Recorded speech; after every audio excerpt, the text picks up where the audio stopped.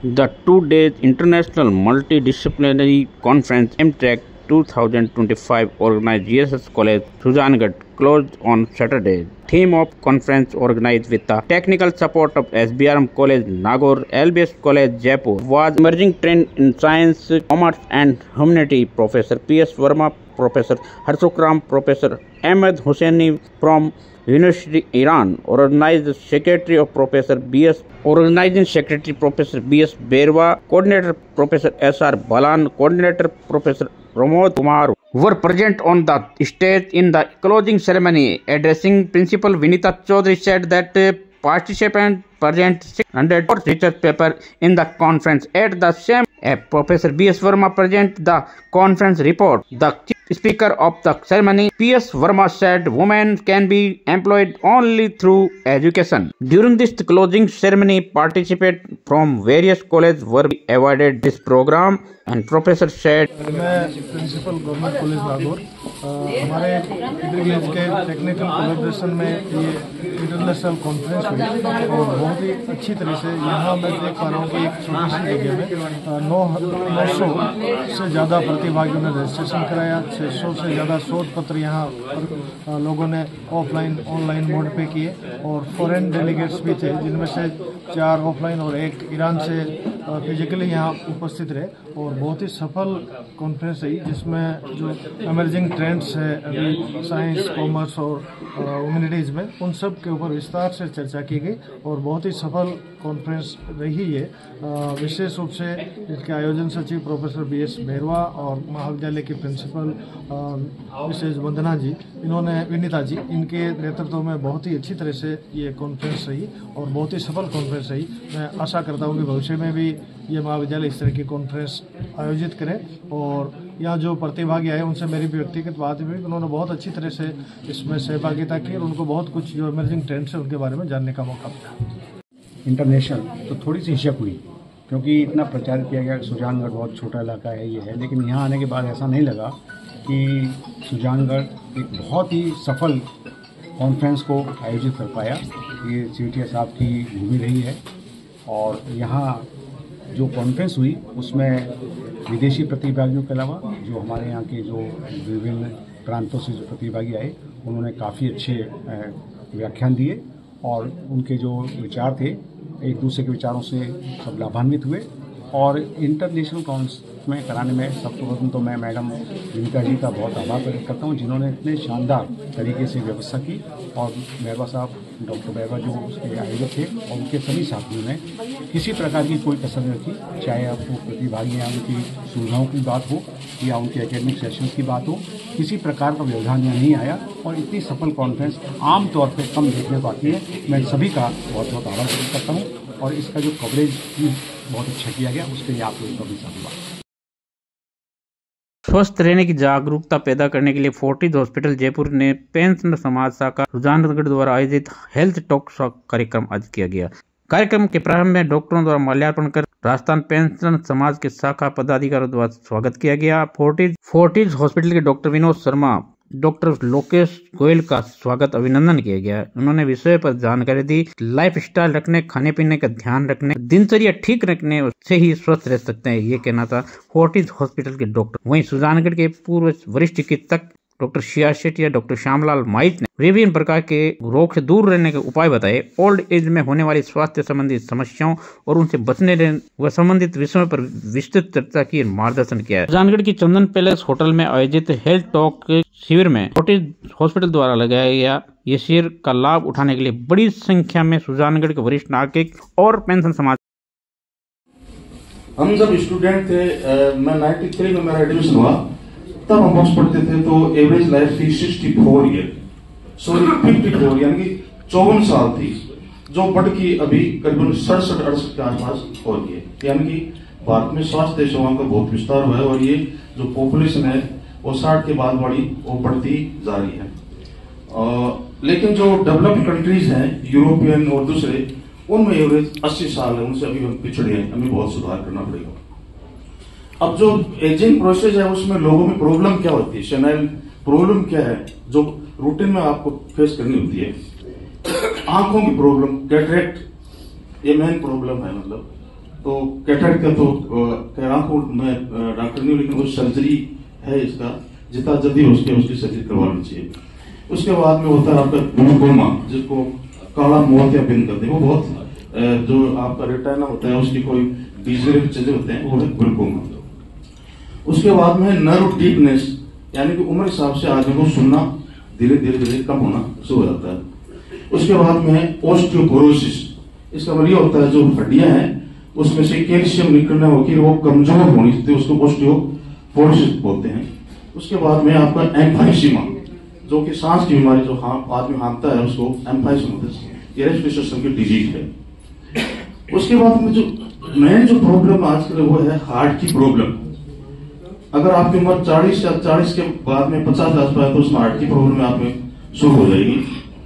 Heart की problem क्या हो सकती है? वो होती है सबसे तो ब्लड वेसल की जो है ना, वो जो आर्टरीज और जो वेन है उसमें क्या होता है, वो एथेरोस्क्लेरोसिस बोलते हैं, यानी कि उसका जो कैलिबर है वो धीरे धीरे कम होता जाता है। कम होता जाता है तो ब्लड की सप्लाई कम होती जाती है। अब एथेरोस्क्लेरोसिस में कई सारे फैक्टर हैं, उसमें एक तो है हाई बीपी, जिसका ब्लड प्रेशर ज्यादा होगा तो उसके एथेरोस्क्लेरोसिस जल्दी शुरू हो जाएगा। उसके बाद में आपका जो है डाइट का बहुत रोल है, खासकर जो सैचुरेटेड फैट आज के लोग काम में ले रहे हैं, और डाइट से भी एथेरोस्क्लेरोसिस होता है। ओवरवेट भी उसका एक फैक्टर है। ओवरवेट, आपका अगर वजन ज्यादा है तो उसकी वजह भी एथेरोस्क्लेरोसिस आप में हो जाएगा। श्री राम गोपाल गाड़ोदिया आदर्श विद्या मंदिर संकुल द्वारा आयोजित शिशु बाल मेला का विद्यालय परिसर में आयोजित किया गया, जिसमें संकुल के प्रमुख दीप सिंह भाटी ने बताया कि कार्यक्रम का उद्घाटन डीवाईएसपी दर्जाराम, डीसीएमएचओ डॉक्टर भूपेंद्र, आदर्श विद्या मंदिर संस्थान चूरू के अध्यक्ष मदन प्रजापति, स्थानीय समिति के अध्यक्ष भानीराम प्रजापति, जिला सचिव विक्रम अपूर्वा ने किया। कार्यक्रम का निरीक्षण किया। वहीं आपको बता दें, एक से एक बढ़कर शानदार झांकियां प्रस्तुत की गई। बच्चों द्वारा, नन्हे मुन्ने बच्चों द्वारा शानदार झांकियों के साथ साथ खेल मॉडलों के तहत विभिन्न झांकियों के तहत मनमोहक कार्यक्रम प्रस्तुत किए गए। डीवाईएसपी दर्जाराम बोस ने कार्यक्रम का निरीक्षण करते हुए बच्चों के द्वारा प्रस्तुत झांकियों का शानदार प्रदर्शन करने पर प्रशंसा की। वहीं आपको बता दें, अभिभावकों व भाइयों ने लिया सुबह 11 बजे शुभारंभ किया गया शिशु बाल मेले का, जहां पे बड़ी संख्या में शिशु वाटिका के छात्र छात्रा, नन्हे मुन्ने बच्चों द्वारा पेंटिंग, झूलों पर बनी आकर्षक पेंटिंग का भी निरीक्षण किया गया।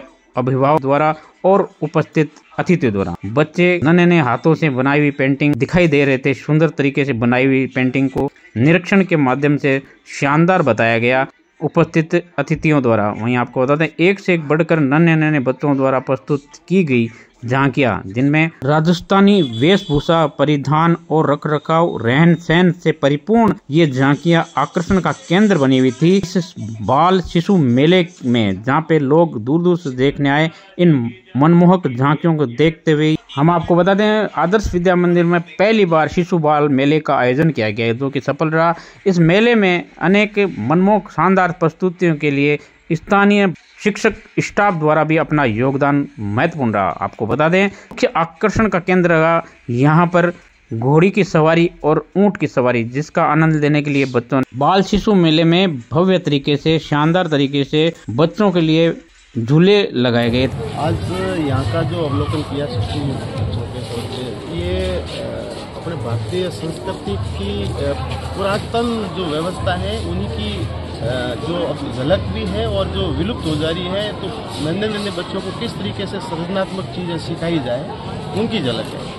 यहाँ हर तरीके से बच्चों को जो सिखाया जाता है, दो चीज़ें होती है, एक तो पढ़ाया जाता है, एक खुद को करके सिखाया जाता है। तो सबसे ज़्यादा जो समझ में आता है उसके हाथ से किया कार्य उनको ज़्यादा समझ में आता है, और उससे उसमें सृजनात्मक शक्ति बढ़ती है। और उनका अनुसंधान, जो बचपन से ही अनुसंधान जो कार्य होता है उनका, इनको ज्ञान चीज़ है। और बचपन में बच्चों को अगर ये शिक्षा दी जाती है तो इनके साथ में नैतिकता भी जुड़ जाती है, संस्कार भी आते हैं, और ये अच्छे नागरिक बनेंगे और भारतवर्ष को बहुत ऊंचाइयों तक ले जाएंगे। जो रूपरेखा जो बनाई गई है, क्या मुख्य इसके पीछे जो उद्देश्य है, किस तरह का एक संदेश है? आज रामगोपाल गाड़ोदिया संकुल में शिशु वाटिका की जो प्रत्यक्षीकरण है, NEP 2020 के 12 व्यवस्थाएं हैं, उनको लर्निंग बाय डूइंग बच्चे करते हुए, वो जो नियमित अपने बैगलेस रूप से जो शिक्षण प्राप्त कर रहे हैं, उनका आज प्रत्यक्षीकरण यहाँ दिखाया गया है, जैसे डेमोन्स्ट्रेशन ग्रुप। और सारी 12 व्यवस्थाएं करते हुए हमारे चीफ गेस्ट थे अपने डिप्टी साहब दर्जाराम जी है, अभी सबका अवलोकन किया है, अन्य हमारे मैनेजमेंट के लोग, और यहाँ पर बच्चों के वो एक्टिविटीज़ करते हुए उसके बाद में आज के मनोरंजन के लिए अपने बालिका विद्या श्रीमती सूरज कुमारी गड़ोदिया उच्च माध्यमिक आदर्श विद्यालय परिसर में वो मेले की व्यवस्था है, जिसमें बच्चे झूले वगैरह छोटे बच्चों के लिए और ऊँट सवारी, घुड़सवारी और उसके साथ में रंगमंच का कार्यक्रम बच्चों के द्वारा लाइव प्रसारण है। और छोटे जायकेदार या जो चटपटी चीज़ें खाने के लिए बच्चों का जो मन करता है वो भी यहाँ उपस्थित है। वो चाट की लगी हुई है स्टॉल, अन्य जो हाथ से बने हुए और एक ग्रामीण प्रवेश की भव्य झांकी भी यहाँ सजी हुई है। यह संपूर्ण स्थानीय प्रबंध समिति और जिला समिति के द्वारा ये आयोजन हुआ है और बहुत ही अच्छा आयोजन है। आज मैं सभी से ये आग्रह करता हूँ कि अपने बच्चों को ला करके पढ़े चाहे कहीं पर ही, लेकिन अवलोकन कराएं और उसका लाभ उठाएं। सुजानगढ़ कोतवाली थाना में रविवार शाम को सीएलजी व शांति समिति की बैठक का आयोजन किया, जिसमें नए सीआई बेगाराम मीणा ने सदस्यों को संबोधित करते हुए इस दौरान कहा कि नशे के खिलाफ एवं ट्रैफिक नियमों का उल्लंघन करने वाले के लिए विशेष अभियान चलाकर सख्त कार्रवाई करेंगे। मीणा ने सदस्यों से कहा कि वो अपने क्षेत्र में जाकर लोगों को बताएं कि शराब या अन्य नशे से घूमने वाले, गलत तरीके से वाहन चलाने वाले, गलत आचरण करने वालों को बख्शा नहीं जाएगा। उन्होंने कहा हालांकि नशा बहुत ही बुरी बात है, लेकिन निश्चित तौर पर निश्चित जगह पर ही करें। मीणा ने बताया कि नियमों को तोड़ने वालों को किसी हालत में बख्शा नहीं जाएगा। गर्ल्स कॉलेज, गर्ल्स स्कूल के सामने घूम रहे संदिग्ध लड़कों के खिलाफ भी कार्रवाई की जाएगी। उन्होंने बताया कि पिछले कार्यकाल में ट्रैफिक नियम तोड़ने वाले 2600 लाइसेंस जब्त करवाए हैं, निलंबित करवाए हैं। यहाँ ये रवैया सख्त रहेगा, यहाँ पर भी लागू रहेगा।